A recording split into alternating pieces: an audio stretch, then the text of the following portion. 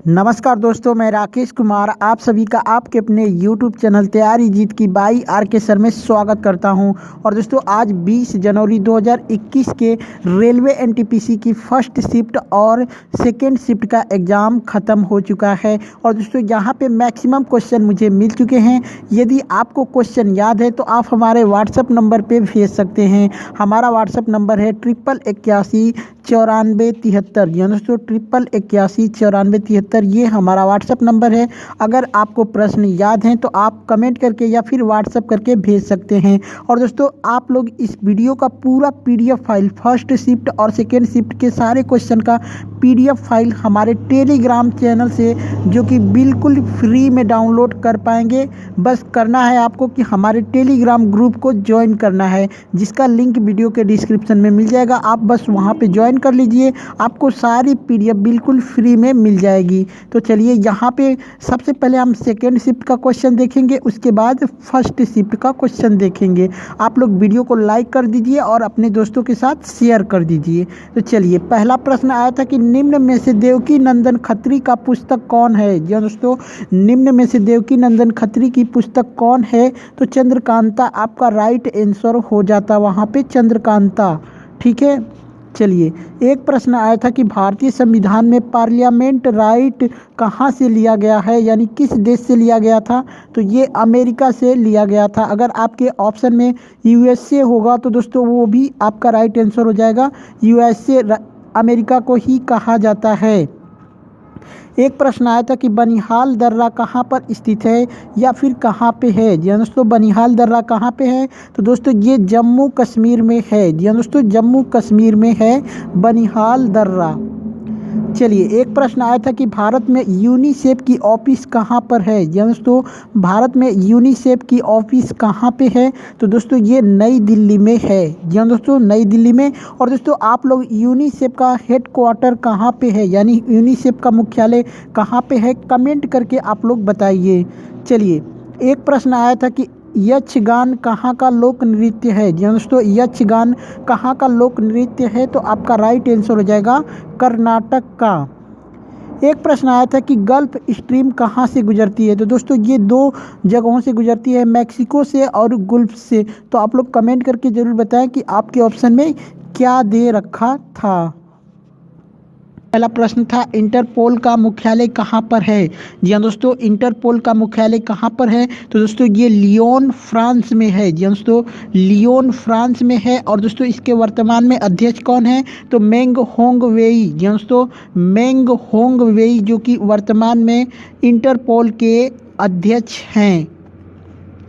चलिए एक प्रश्न आया था कि त्रिक नियम का प्रतिपादन किसने किया था। जी दोस्तों त्रिक नियम का प्रतिपादन किसने किया था, तो ये डोवरनियर ने किया था। डोवरनियर आपका राइट आंसर हो जाएगा।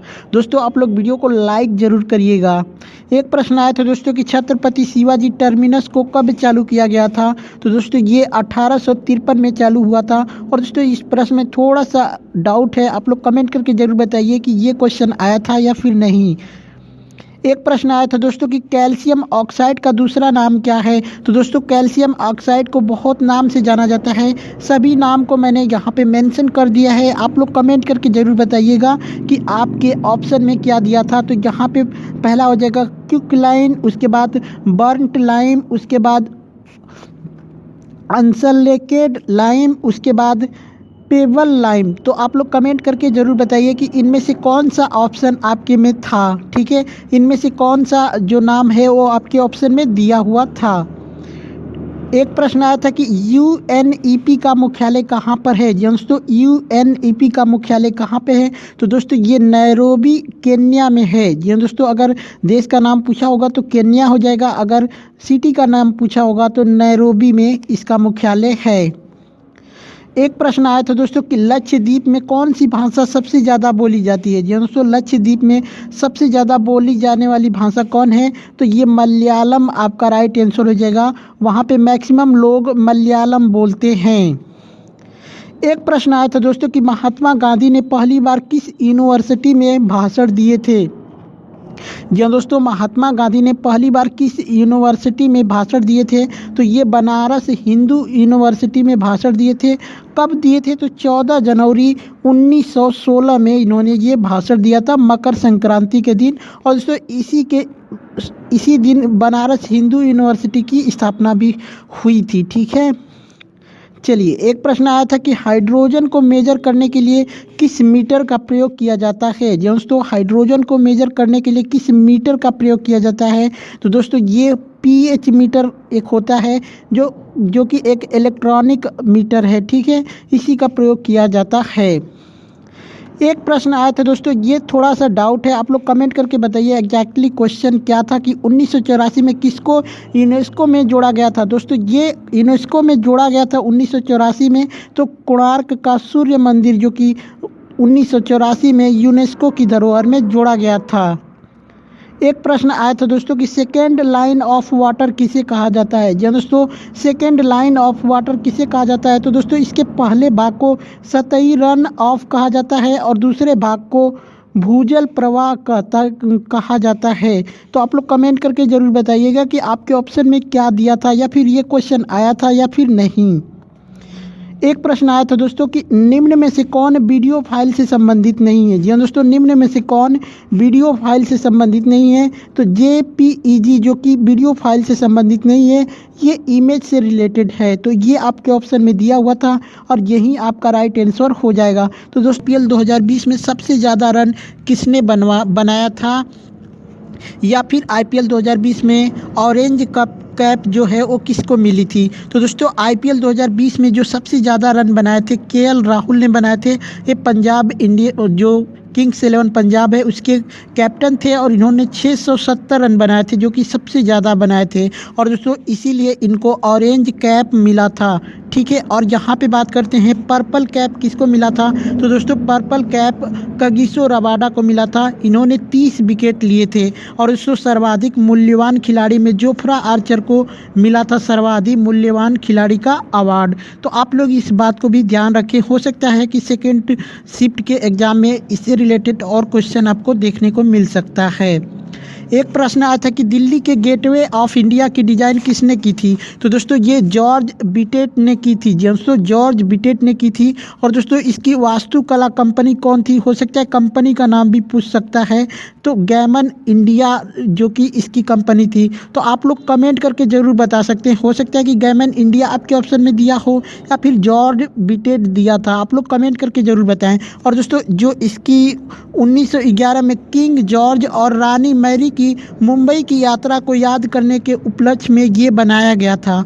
ठीक, चलिए एक प्रश्न आया था कि मनुष्य का वैज्ञानिक नाम होमो सेपियंस किसने दिया था? दोस्तों मनुष्य का जो वैज्ञानिक नाम होता है होमो सेपियंस किसने दिया था? तो ये कार्ल्स लिनियस ने दिया था। किसने दिया था? Carl's Linnaeus. ठीक है, वीडियो को लाइक करना ना भूलें दोस्तों। एक प्रश्न आया था कि वर्तमान में नीति आयोग के CEO कौन है? दोस्तों वर्तमान में नीति आयोग के CEO कौन है? तो दोस्तों ये अमिताभ कांत आपका राइट आंसर हो जाएगा। हो सकता है नीति आयोग के अध्यक्ष भी पूछ सकता है, तो प्रधानमंत्री श्री नरेंद्र मोदी नीति आयोग के अध्यक्ष हैं। और दोस्तों इसकी स्थापना 1 जनवरी 2015 को हुआ था। ठीक है, एक प्रश्न आया था कि महात्मा गांधी ने दक्षिण अफ्रीका में किस पत्रिका की शुरुआत की थी? जी हाँ दोस्तों, महात्मा गांधी ने दक्षिणी अफ्रीका में किस पत्रिका की शुरुआत की थी? तो इन्होंने इंडियन ओपिनियन की शुरुआत की थी। इस पत्रिका का नाम था इंडियन ओपिनियन। और दोस्तों ये 1903 में इसकी शुरुआत हुई थी। तो हो सकता है नेक्स्ट शिफ्ट में आपसे इसका डेट पूछ सकता है। ठीक है, एक प्रश्न आया था कि भारत में सबसे ज़्यादा गेहूं कहाँ उत्पादित होता है?